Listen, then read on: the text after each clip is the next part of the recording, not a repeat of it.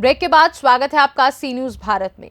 रीवा जिले के सेमरिया विधानसभा क्षेत्र से कांग्रेस विधायक अभय मिश्रा ने पत्रकारों से चर्चा करते हुए जिला प्रशासन पर गंभीर आरोप लगाए हैं। उन्होंने खनिज विभाग पर लाखों रुपए महीना वसूली करने सहित आबकारी विभाग पर फर्जी बैंक गारंटी फर्जीवाड़ा का आरोप लगाया है। उन्होंने कलेक्टर पर भी आरोप लगाते हुए कहा कि सबसे ज्यादा भ्रष्टाचार खाद्यान्न में होता है। चारों तरफ लूट मची हुई है। कोई भी अधिकारी पहले तो रीवा आना नहीं चाहता और जो आ जाता है वो जाना नहीं चाहता। खनिज विभाग में पदस्थ वीर सिंह 15 सालों से जमे हुए हैं। आइए सुनाते हैं कि इस दौरान उन्होंने और क्या कुछ कहा। जिले के स्थानीय मुद्दों को लेकर बात कर रहा हूं। प्रजातंत्र में दहशतगर्दी और भय और भ्रष्टाचार का जो वातावरण निर्मित है, उसकी जड़ों में मैं रीवा की जनता को आपके माध्यम से पहुंचा रहा हूं।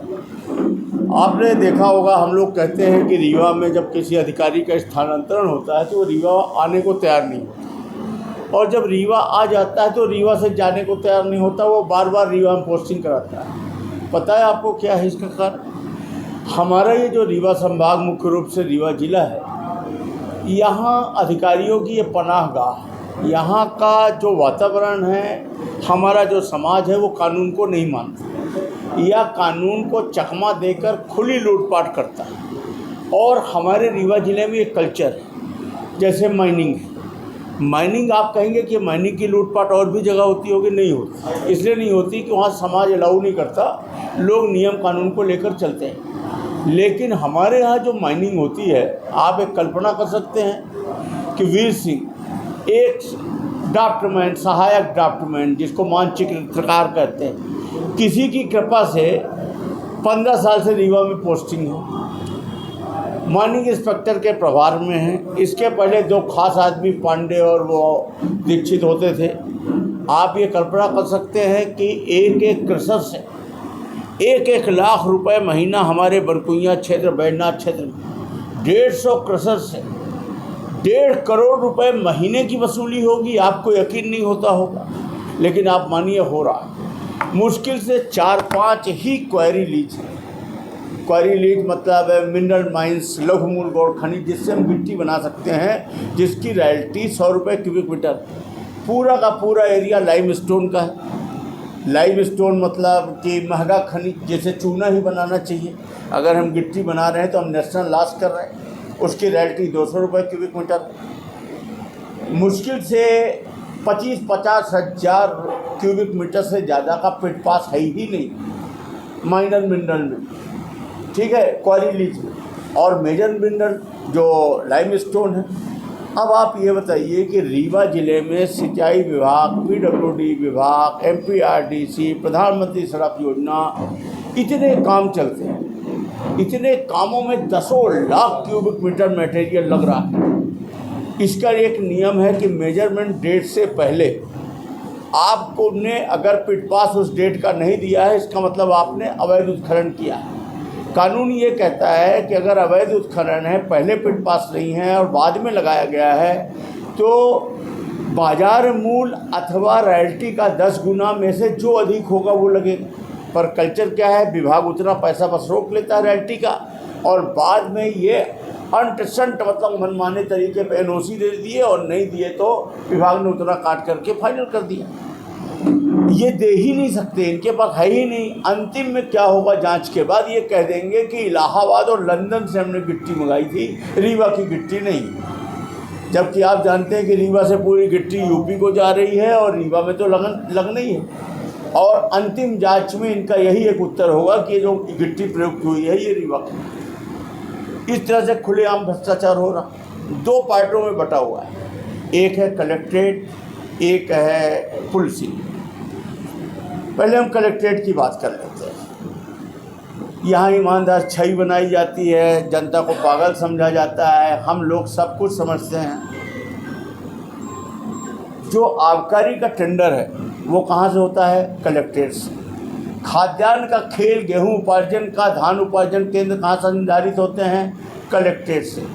पहले हम लोग पिक्चर देखा करते थे, बहुत छोटे छोटे थे, तो जब फिल्म आती थी अमिताभ बच्चन की, तो वो घोड़ा वाली, डाकू वाली आती थी। फिर इसके बाद आपने देखा होगा कि वो जहाज़ में जहाज़ आया, फिर गोलियां चल रही फिल्मों में, और वो सोना स्मगलिंग इस टाइप की पिक्चर बनती थी। फिर ड्रग्स आया, अब आज की डेट पे खाद्यान्न से बढ़िया स्मगलिंग और उससे जो वसूली होती है। अब आप देखिए पिछले 2-3 वर्षों से जो गुंडे टाइप के लोग हैं, आपराधिक कृत्य के लोग हैं, जिन पे 10-10 मुकदमे हैं और वो समितियां खाली पड़ी हुई, समिति प्रबंधक खाली हैं, उनको गेहूं उपार्जन का काम नहीं दिया जा रहा। नेताओं के दबाव में वो भारतीय जनता पार्टी के कार्यकर्ता बन गए हैं, भारतीय जनता पार्टी के लिए बूथ लूटते हैं और बदले में उनको मोटी कमाई कमाने के लिए, और नेता उन्हीं से अपना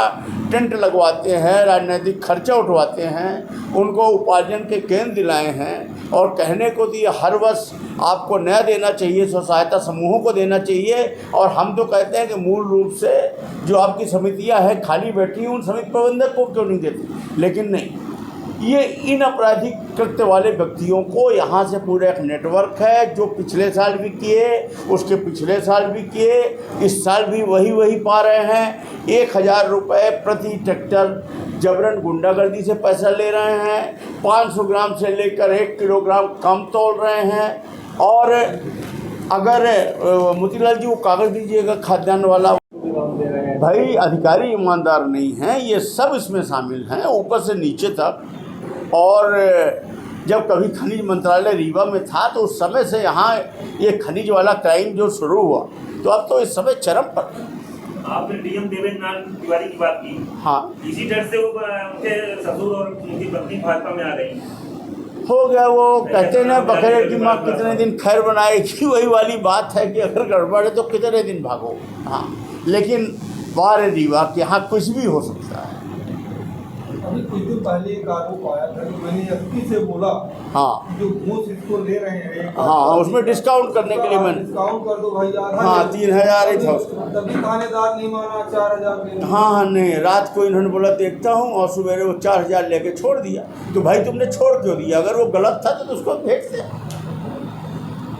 ये लूटपाट तो एकदम है, 8000 माँ का एकदम। मतलब आप ये समझिए कि लज्जा हया को छोड़कर दोनों हाथ से लूटपाट जारी है। और सबसे बड़ा दुर्भाग्य ये है कि अधिकारी तो ट्रकों में भर कर रुपया ले जाएंगे और निकल लेंगे, हमारे बच्चों को जो ये कोरेक्स में धोखे दे रहे हैं, इसका खामियाजा कौन है?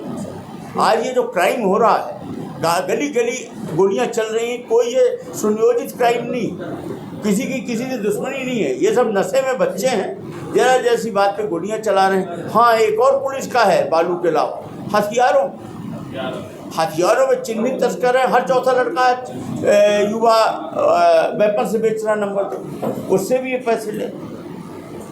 पूरा रीवा जल रहा है, इसको आजमगढ़ की तर्ज पे जल रहा है। हमारे माननीय मुख्यमंत्री जी तो आजमगढ़ के ही हैं, वो तो समझते ही होंगे। उनसे ये विनती है कि आप तो मध्य प्रदेश के सीएम हैं, अब हमारे रीवा को आजमगढ़ क्यों बनाए थे? बागरी करके एक आदमी है जो वसूली करता है, और एक कंप्यूटर ऑपरेटर है कोई उसके साथ, उसको लेकर के इसका एक वीडियो भी बना हुआ है। हमारे क्षेत्र में सुखवार में ये आदमी गया, वसूली कर रहा था, उसने पैसा नहीं दिया, पूरे किसान थे तो फर्जी पंचनामा बनाया, पूरे किसानों ने इसको घेर लिया कि गलत हो रहा है। इसके बाद भी ये देखिए वसूली के लिए, और पूरा नाम कार्यालय। इसी तरह इनका एक देवेंद्र करके आदमी है, ये देवेंद्र वो आदमी है जो श्रीनिवास तिवारी जी के समय फर्जी नियुक्ति हुई थी ना, उनके कार्यकाल में जो एक फर्जी नियुक्ति का मामला आया था, जिसमें कि बहुत सारे लोगों को नौकरी से बाहर कर दिया गया, जिसमें हमारे मतलब आप सब समझ रहे हैं ना, बहुत सारे लोगों, उसमें से एक ये प्रमुख नाम है बनशुक्ली के देवेंद्र तिवारी। ये भी एकदम बर्खास्त थे, सेवा से बर्खास्त थे। इन्होंने हाई कोर्ट में एक एप्लीकेशन लगाया, इनको 1 महीने का स्टे मिला। हाई कोर्ट में इनकी फाइल दबी हुई है, दोबारा उसकी पेशी नहीं लगी, वो फाइल कहीं चोरी हो गई, और इसके नाम पर इनको डेपुटेशन में इनाम दे करके नान का प्रभारी बना दिया गया। रीवा और सीधी दो जिले दे दिए गए। इस पुनः इन्होंने वही कृत्य किया अवैध वसूली का। इस अवैध वसूली में ये दोषी सिद्ध पाए गए।